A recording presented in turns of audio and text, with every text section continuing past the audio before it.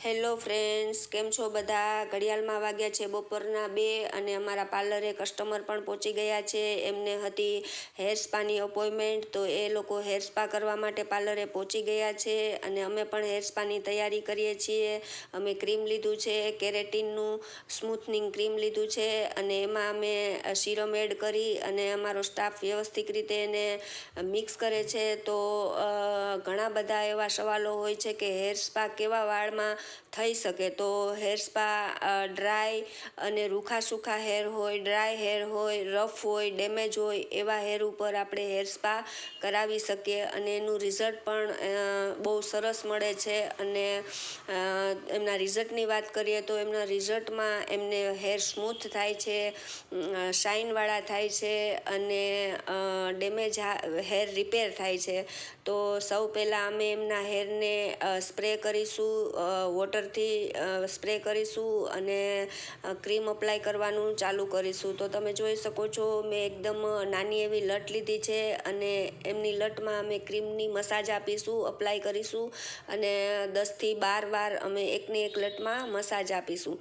તો તમે જોઈ શકો છો કેવી રીતે મસાજ આપવી, ક્યાંય હેર રહી ન જાય, કોઈ પણ વાળ રહી ન જાય એમનું ખાસ ધ્યાન રાખવાનું હોય છે. અને આ ક્રીમ સ્કેલ્પમાં અડી જાય તો પણ કોઈ પ્રોબ્લેમ આવતી નથી.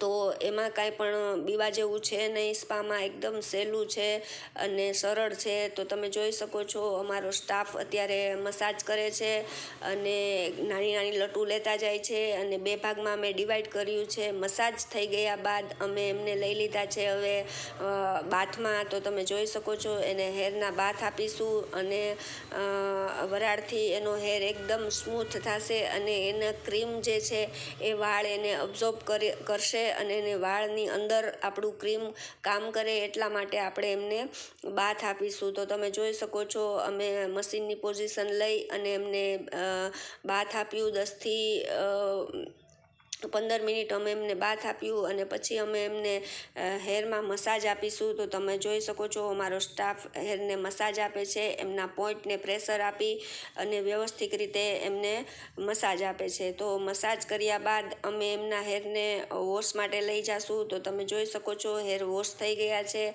અને અમારો સ્ટાફ હેરને ડ્રાય કરે છે. તમે જોઈ શકો છો સૌ પહેલાં અમે ગરમ હીટ એમને આપીશું અને પછી એમને ઠંડી હીટ આપીશું, જેથી એના હેર ડેમેજ ન થાય અને કોઈ વાળમાં કોઈ બીજી પ્રોબ્લેમ ન થાય. એટલા માટે અમે એમને 50% હેર ડ્રાય કરીશું અને પછી સિરમ લગાવીશું અને પછી જે 50% હેર ભીના છે એમને અમે ઠંડી હીટથી ડ્રાય કરીશું હેરને. તો તમે જોઈ શકો છો અમારું કામ ઓલમોસ્ટ કમ્પ્લીટ થઈ ગયું છે. હવે ડ્રાય કરે છે હેરને.